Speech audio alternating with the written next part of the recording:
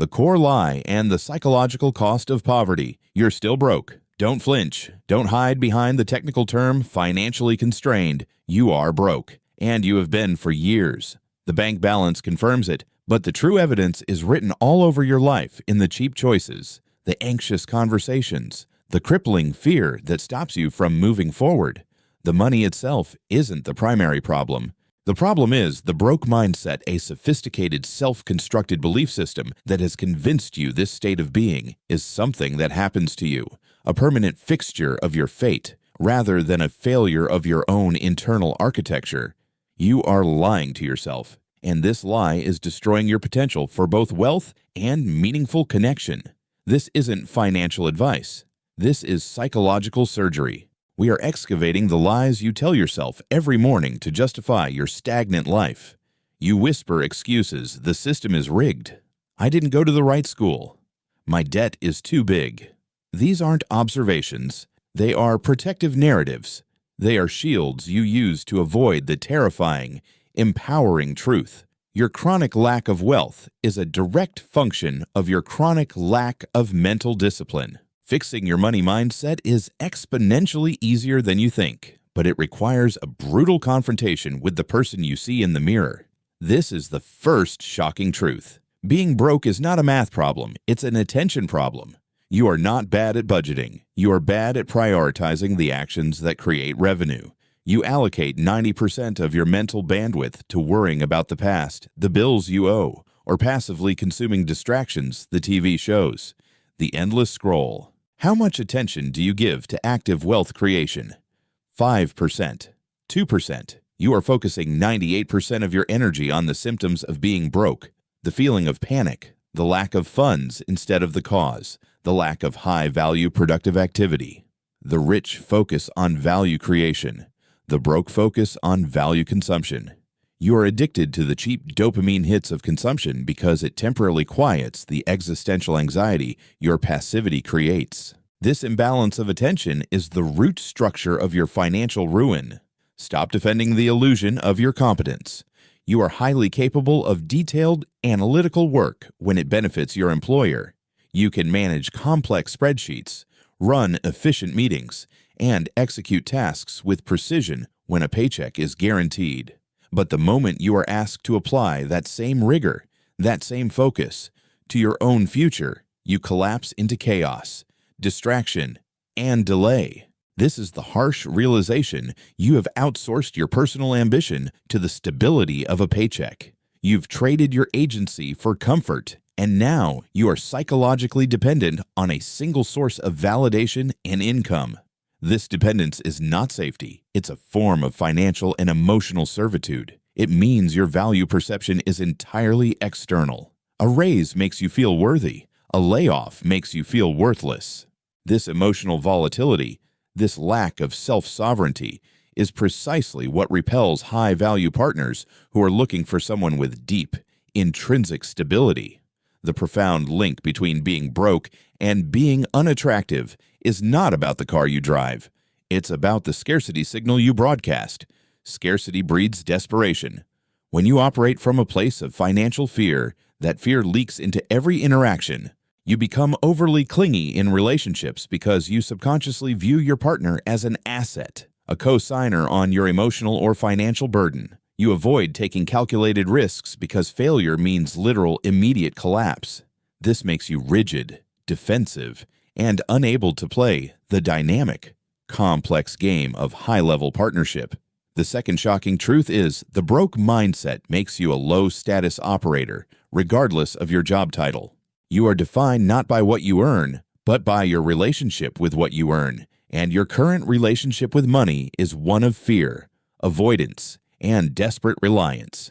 To kill the broke mindset, you must first acknowledge the identity you have adopted. You don't just have money problems, you have become the broke person. This identity is convenient because it excuses you from the hard work of thinking critically and acting independently. It allows you to blame external forces while you passively wait for a rescue. The effort to break this mental inertia to commit to 15 minutes of learning a new high-income skill, to audit your spending with brutal honesty, or to start a single revenue-generating task is dramatically easier than you think. The real resistance is psychological, the fear of proving your old excuses were weak. The core takeaway, the small mindset shift that creates a powerful change, is this: your first investment is your attention.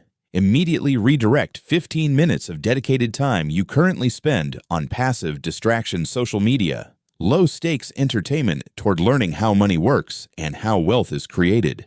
This redirection of attention is an act of self-proof that you are taking your future seriously. It's the first honest step away from the passive consumer and toward the active producer. Stop defending your poverty as a noble struggle. Stop lying to yourself about your schedule. Your current financial state is a direct, brutal reflection of where you choose to focus your mental energy.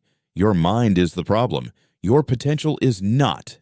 Kill the broke identity, or it will continue to kill your life. The time for waiting is over. The scarcity loop, debt shame, and the comfort of you've accepted that your financial failure is an attention problem, not a math problem. You recognize the corrosive lie of outsourced ambition.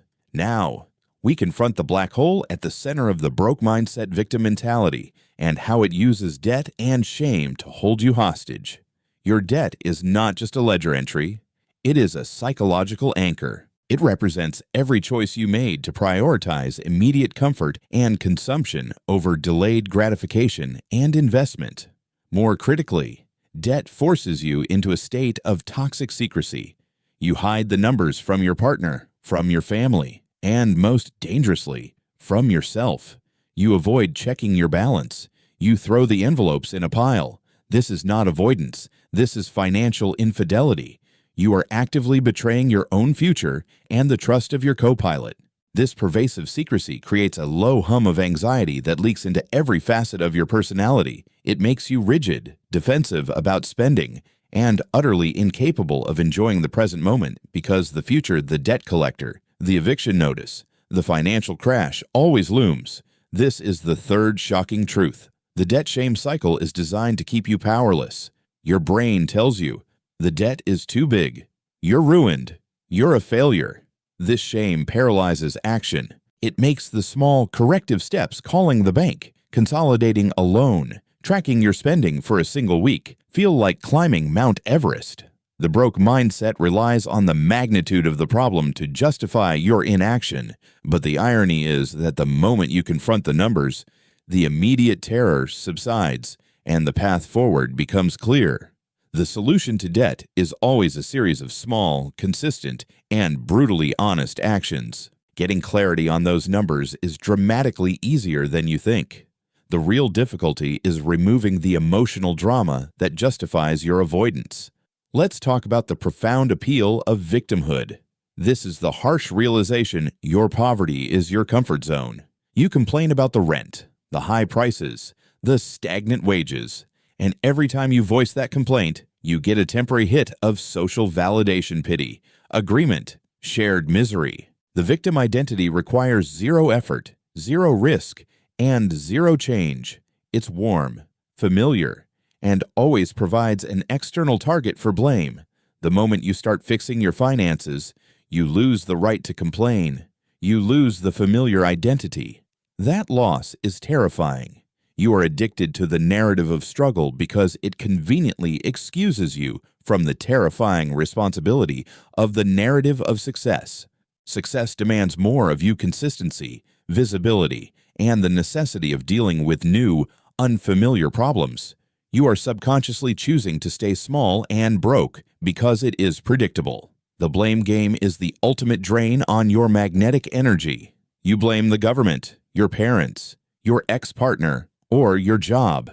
Blame is the psychological coping mechanism that permanently destroys your personal agency. The fourth brutal truth is you cannot solve a problem you don't own. Every time you point outward, you are handing your power, your financial sovereignty, to an external, uncontrollable force. How can you be a dynamic, attractive partner when your life's success is dependent on the goodwill of someone else? High-value individuals are looking for self-sovereignty, the unwavering commitment to 100% ownership of outcomes. They are repelled by the energy of the perennial victim because victims are liabilities. not assets. They require emotional caring, not partnership. The scarcity mindset, fueled by this victimhood, kills desire in relationships. It turns every conversation about the future, the vacation, the house, the retirement, into an anxious negotiation based on lack. It makes you rigid and humorless about money because every dollar feels like a zero-sum game. You can't be generous because you fear losing security. You can't be adventurous because you fear risk. High-level attraction thrives on abundance, the psychological certainty that problems can be solved and that resources, time, money, energy can be generated. When you remove that abundance, you remove the dynamic spark. The core takeaway, the small mindset shift that creates a powerful change, is adopt radical responsibility. This means taking 100% ownership of your financial state, regardless of whose fault it was historically. Stop asking, whose fault is this, and start asking, how can I fix this right now? Your past choices created your present anxiety. Your present actions must create your future freedom. The first action in this shift is simply looking at your total debt number, writing it down, and admitting it is entirely yours to solve. That moment of brutal honesty is the moment the victim identity dies. Burn the pile of unopened envelopes. Stop defending your failure with a victim narrative. Your freedom is not found in blaming others.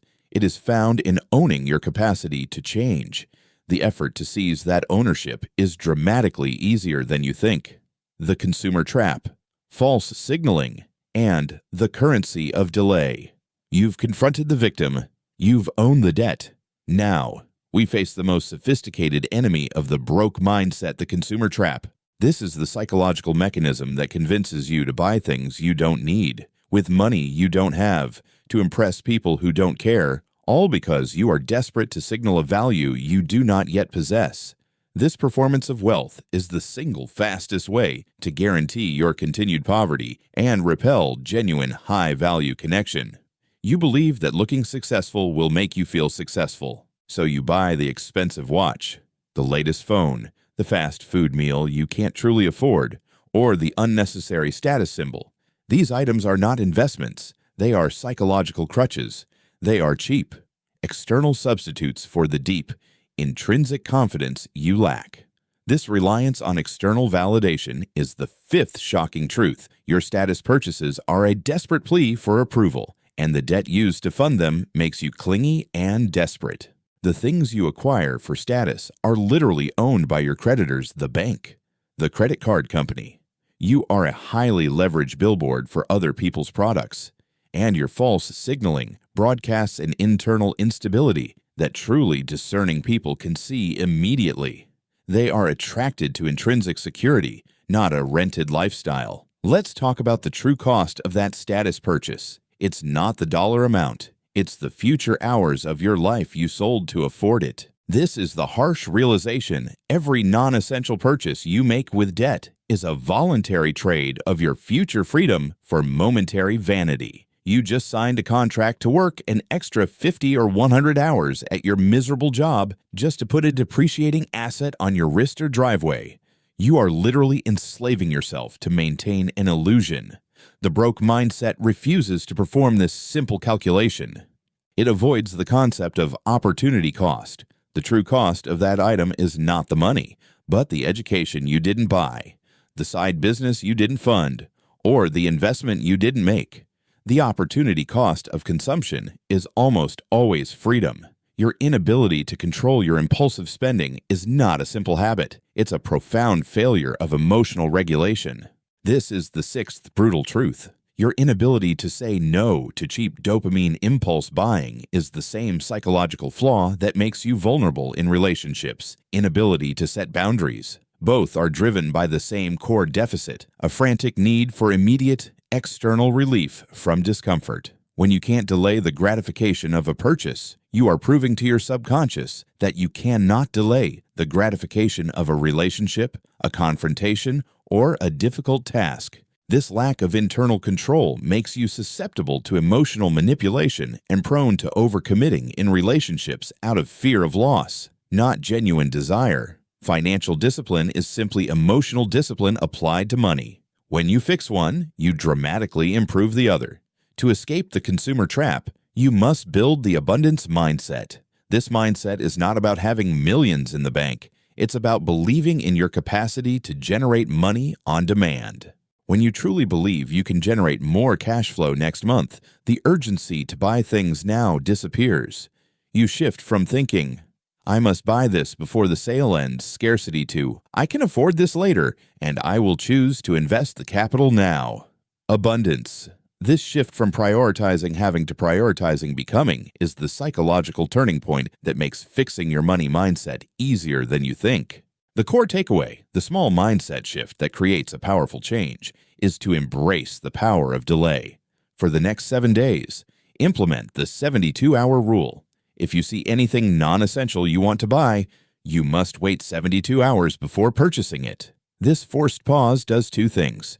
1, it kills the impulsive, emotional rush that fuels the purchase. And 2, it proves to your brain that you are in control of your desires, not the other way around. This act of delayed gratification is the ultimate high-value signal, showing self-mastery and foresight. Stop trying to buy confidence with consumer goods. Your power is not for sale. It is earned through discipline.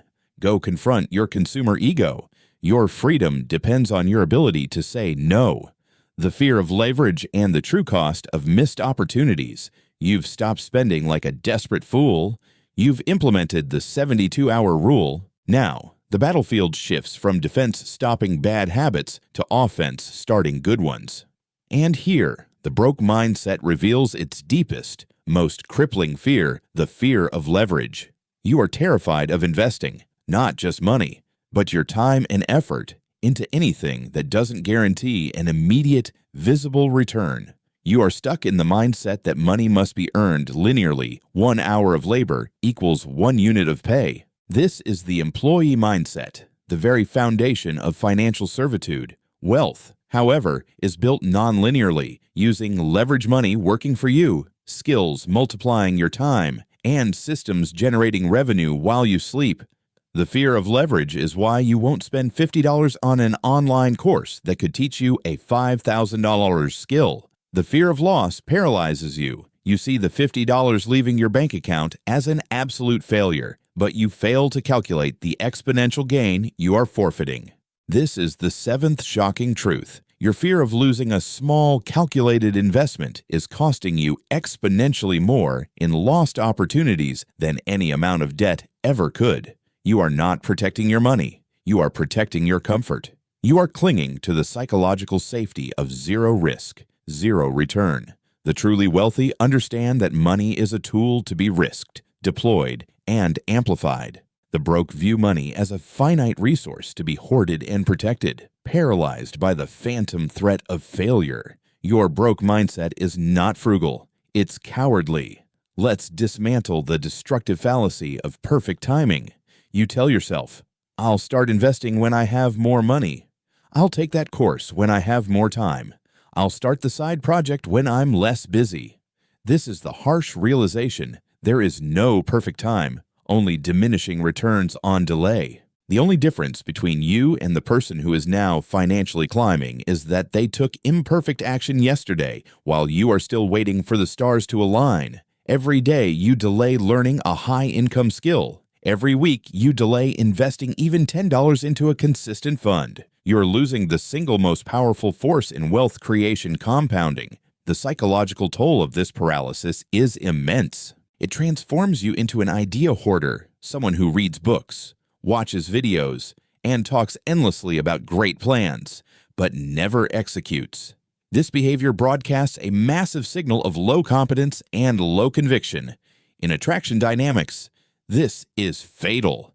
You might have the best ideas, but if you lack the conviction to execute them, you signal that you are a dreamer, not a doer, a low-value prospect for a partner seeking stability and forward momentum. High-value partners are attracted to momentum, to action, to the energy of someone building something real. They are repelled by the energy of analysis paralysis and chronic delay. The antidote to the fear of leverage is micro-investment in self. Stop seeing investment as a monolithic, terrifying gamble.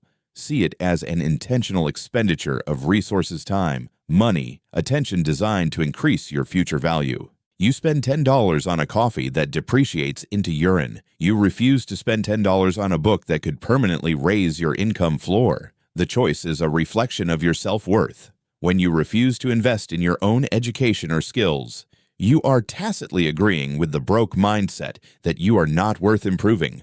The core takeaway, the powerful mindset shift, is to make your first calculated bet. This isn't about buying crypto or stock options. It's about betting on you. Take the smallest, most immediate action that involves a risk of time or money but guarantees a growth in skill or knowledge. Spend $25 on a domain name for the business you keep talking about. Spend 2 hours after work building a single, tangible asset, a landing page, a skill portfolio, a well-researched investment thesis. That first step, the first time you deploy a resource toward nonlinear growth, breaks the psychological grip of linearity and comfort. Stop waiting for a lottery win. Stop reading articles about what you should do. The safest choice, staying stagnant, is the riskiest path to a meaningful life. Make your first bet now. The cost of delay is crushing, but the effort to start is dramatically easier than you think. The sovereign mind and the unbreakable confidence of ownership. You have navigated the psychological minefield. You've shed the victimhood, dismantled the consumer trap, and stared down the fear of leverage. You are standing at the threshold of the sovereign mind, the final mental state that defines true magnetic confidence and lasting wealth. But here is where most people fail. They try to achieve wealth while still maintaining the default emotional state of being broke. The eighth shocking truth is this: the difference between the rich and the broke is not their income. It's their internal state when facing a problem. When a broke mindset operator encounters an unexpected expense, a car repair, a dental bill, their default emotional state is immediate, intense anxiety, panic, and self-pity. They see a disaster that confirms their failure. When a sovereign mind operator encounters the same expense, their default emotional state is calculation, generation, and calm problem-solving. They see a solvable challenge that requires a quick strategic deployment of resources or skills. The broke mindset generates fear. The sovereign mind generates solutions. Your financial life will not change until you change this default emotional reaction.